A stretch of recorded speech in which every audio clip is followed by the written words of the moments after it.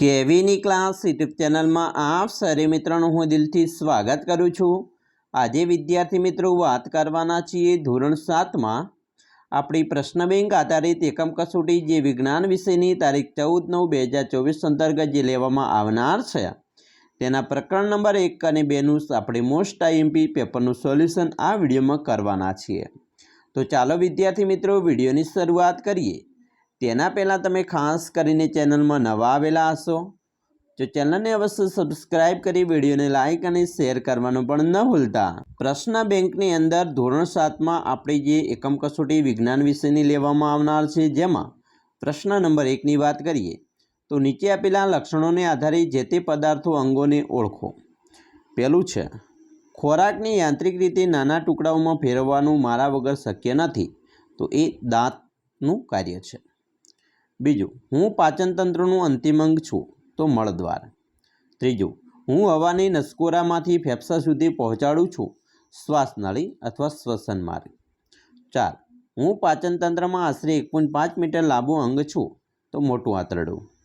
5, ભેંસમાં હું જઠરનો એવો ભાગ છું જેમાં વાગોળવા માટે ખોરાકનો સંગ્રહ થાય છે, તો આમાશય। 6, અમીબામાં મારું કાર્ય હલનચલન અને ખોરાક પકડવામાં મદદ કરવાનું છે, તો ખોટા પગ। 7, મારા વડે શરીરમાં સૌ પ્રથમ ખોરાક ગ્રહણ થાય છે, તો મુખ ગુહા। 8, જીભમાં મારું કામ સ્વાદ પરખ કરવાનું છે, તો રસાંકુર। 9, પિત્તરસ મારી અંદર સંગ્રહાયેલ છે, તો પિત્તાશય। 10, ખોરાક જ્યારે મારી અંદરથી પસાર થાય છે ત્યારે અભિશોષણની પ્રક્રિયા થાય છે, તો નાનું આંતરડું। 11, જળાશયના સ્થિર પાણીમાં ચીકણા અને લીલા ધબ્બા તરીકે હું જોવા મળું છું, તો લીલ અથવા શેવાળ। 12, હું બીજી વનસ્પતિઓ વડે બનાવાયેલ ખોરાક પર નભું છું, તો અમરવેલ અથવા પરજીવી વનસ્પતિ। 13, પ્રકાશ સંશ્લેષણની ક્રિયા માટે હું પર્ણમાં રહેલું અગત્યનું દ્રવ્ય છું, તો હરિતદ્રવ્ય અથવા ક્લોરોફિલ। 14, હું પીળી પાતળી દોરી જેવી પ્રકાંડ ધરાવતી પરોપજીવી વનસ્પતિ છું, તો અમરવેલ। 15, ચોમાસામાં હું ચામડાના પગરખા પર તંતુ સ્વરૂપે જોવા મળું છું, તો ફૂગ। 16, હું વનસ્પતિમાં ખોરાક બનાવવાનું અંગ છું, પર્ણ। 17, હું વનસ્પતિના પર્ણમાં રક્ષક કોષ વડે આવરિત છું, પર્ણરંધ્ર। 18, હું વનસ્પતિમાં પાણી અને ખનિજ ક્ષારોનું શોષણ કરતું અંગ છું, તો મૂળ। 19, હું સિમ્બિકોળની વનસ્પતિના મૂળમાં વસવાટ કરી જમીનમાં નાઇટ્રોજનનું સ્થાપન કરતો બેક્ટેરિયા છું, તો રાઇઝોબિયમ બેક્ટેરિયા। 20, હું મનુષ્યના શરીરની સૌથી મોટી ગ્રંથિ છું, તો યકૃત। પ્રશ્ન 2, નીચે આપેલા સૂચના આધારે વર્ગીકરણ કરો। જેમાં પહેલું છે નીચે આપેલા સજીવનું પોષણના પ્રકારને આધારે વર્ગીકરણ, જેમાં કીટાહારી તો કળશપર્ણ, સ્વયંપોષી આંબાનું ઝાડ, મૃતોપજીવી બ્રેડ પર ફૂગ, પરોપજીવી અમરવેલ અને સહજીવ તો લાઇકેન। બીજું, નીચે આપેલા પાચન અંગોને તેના કાર્યોને આધારે વર્ગીકરણ કરો। તો પિત્તરસનો સ્ત્રાવ યકૃત, એસિડનો સ્ત્રાવ જઠર, લાળરસનો સ્ત્રાવ લાળ ગ્રંથિ, પાણીનું શોષણ મોટું આંતરડું, પાચન પૂર્ણ થાય છે, તો નાનું આંતરડું। 3, નીચે આપેલા સજીવોને તેના ખોરાક ગ્રહણ કરવાની રીતના આધારે વર્ગીકરણ કરો। તો ચાવવું કીડી, ચૂસવું હમિંગબર્ડ, નળી વડે ખેંચીને સાપ, ખેંચી લેવું પતંગિયું, પકડીને ગળી જવું તો ગોકળગાય।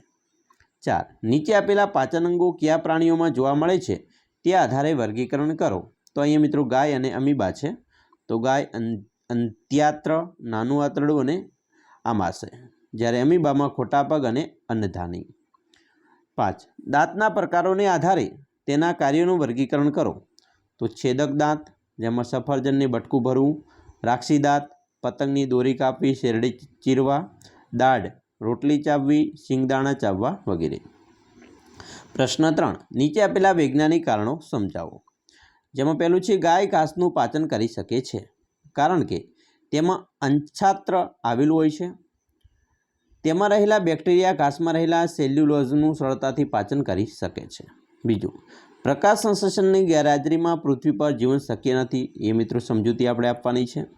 બીજું, અમરવેલ પરોપજીવી વનસ્પતિ છે, બરાબર। અહીંયા ગમે તે બે કીધેલા છે, પરંતુ તમારે આપણે તૈયાર બધા જ પ્રશ્નો કરવાના છે। 4, મીઠાઈ કે ચોકલેટ ખાધા બાદ દાંત સારી રીતે સાફ કરવા જોઈએ, કારણ કે મુખમાં રહેલા બેક્ટેરિયા શર્કરાનું વિઘટન એસિડમાં કરી ઉત્પન્ન થયેલો એસિડ દાંતને નુકસાન પહોંચાડે છે, જેને દાંતનો સડો કહે છે, જેથી મીઠાઈ કે ચોકલેટ ખાધા પછી આપણે દાંતને સારી રીતે સાફ કરવા જોઈએ। એના પછી 5, ખોરાકને ચાવીને ખાવું જોઈએ, બરાબર। 6, કઠોળ વર્ગની વનસ્પતિની નાઇટ્રોજનયુક્ત ખાતરની જરૂર રહેતી નથી, બરાબર। પછી 7, લીલા રંગના પર્ણો સિવાયની વનસ્પતિ પણ પ્રકાશ સંશ્લેષણની ક્રિયા કરે છે, બરાબર। પછી 8, રોટલો વધુ ચાવવાથી મીઠો લાગે છે। 9, ચોમાસામાં ચામડાની વસ્તુઓ ઉપર ફૂગ જોવા મળે છે, કારણ કે ચોમાસામાં ભેજનું પ્રમાણ વધુ હોવાથી ફૂગને વૃદ્ધિ કરવા સરળતા રહે છે, જેથી ચોમાસાની ઋતુમાં ચામડા ઉપર ફૂગ વધુ જોવા મળે છે। 10, લીલની કેમ સ્વયંપોષી સજીવ છે? મિત્રો આ પ્રશ્નો છે એ તમારે જે છે તૈયાર કરવાના છે, મોસ્ટ આઈએમપી છે, બરાબર। એટલે એકવાર ઘરે તૈયાર કરીને જવા। પ્રશ્ન 4, જેમાં મિત્રો મુદ્દાસર જવાબ આપવાના છે, ગમે તે 2 લખવાના કહેશે તમને। અહીંયા એક પ્રશ્નના 3 ગુણ, એમ 6 ગુણના 2 પ્રશ્નો છે, જેમાં મોસ્ટ આઈએમપી પ્રશ્નમાં મિત્રો જોઈએ તો 1, લીલી વનસ્પતિમાં ખોરાક બનવાની પ્રક્રિયા સમજાવો। 2, સૂર્ય ઉર્જાનો અખૂટ સ્ત્રોત છે, સમજાવો। 3, લાઇકેન જેવા સજીવોમાં સહજીવન જોવા મળે છે, સમજાવો। 4, જમીનમાં નાઇટ્રોજનનું સ્થાપન કેવી રીતે થાય છે, સમજાવો। 5, મનુષ્યના દૂધિયા દાંત પડી જાય છે અને નવા દાંત આવે છે, સમજાવો। 6, માનવ પાચન તંત્રમાં નાના આંતરડાનું મહત્ત્વ સમજાવો। 7, વાસી રોટલી કે બ્રેડના ટુકડા પર ફૂગ લાગવાની ઘટના સમજાવો। 8, વાતાવરણમાં ઓક્સિજનનું પ્રમાણ જળવાઈ રહે છે તે સમજાવો। 9, પિત્તરસ અને સ્વાદુરસનું કાર્ય સમજાવો। અને 10, જઠ્ઠુનું કાર્ય સમજાવો। આ પ્રશ્નો છે એ મોસ્ટ આઈએમપી છે, ત્યાર મિત્રો કરીને જ તમારે એકમ કસોટી લખવા જવાનું છે।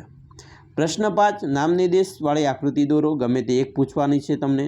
અહીંયા કોઈ પણ મિત્રો 1ના 4 ગુણ છે, જેમાં પર્ણરંધ્રની પણ પૂછી શકે છે, વનસ્પતિમાં પ્રકાશ સંશ્લેષણ, ગાલનો કોષ, સ્વાદ પારખતા જીભનો ભાગો અને મનુષ્યનું પાચન તંત્ર, કોઈ પણ એક મિત્રો તૈયાર કરીને જવાનું છે। આ તમારું પેપર છે, મોસ્ટ આઈએમપી પેપર છે। અમે આશા રાખીએ છીએ તમને આપણા વિડીયો ખૂબ જ ઉપયોગી નીવડશે। વિદ્યાર્થી મિત્રો, ખાસ કરીને તમને વિડીયો ગમ્યો હોય તો લાઇક કરજો, તમારા મિત્રો સુધી મિત્રો વિડીયોને શેર કરવાનું પણ ન ભૂલતા, અને ખાસ તમે ચેનલમાં નવા છો તો ચેનલને અવશ્ય સબસ્ક્રાઈબ કરજો, કેમ કે આપણી ચેનલની અંદર ધોરણ 7ના સ્વાધ્યાયન પોથીના વિડીયો, પ્રોજેક્ટ પ્રવૃત્તિ બુકના વિડીયો અને તમારી આવનારી એકમ કસોટી અને આવનારા મિત્રો જે પ્રથમ વાર્ષિક પરીક્ષાના મોસ્ટ આઈએમપી પેપરોનું સોલ્યુશન પણ મિત્રો મૂકવાના છે, જેથી તમને ખૂબ જ ઉપયોગી નીવડશે। તો ચાલો મિત્રો, ફરી મળીશું નેક્સ્ટ વિડીયોમાં। અમને રજા આપશો। જય હિન્દ, જય જય ગરવી ગુજરાત।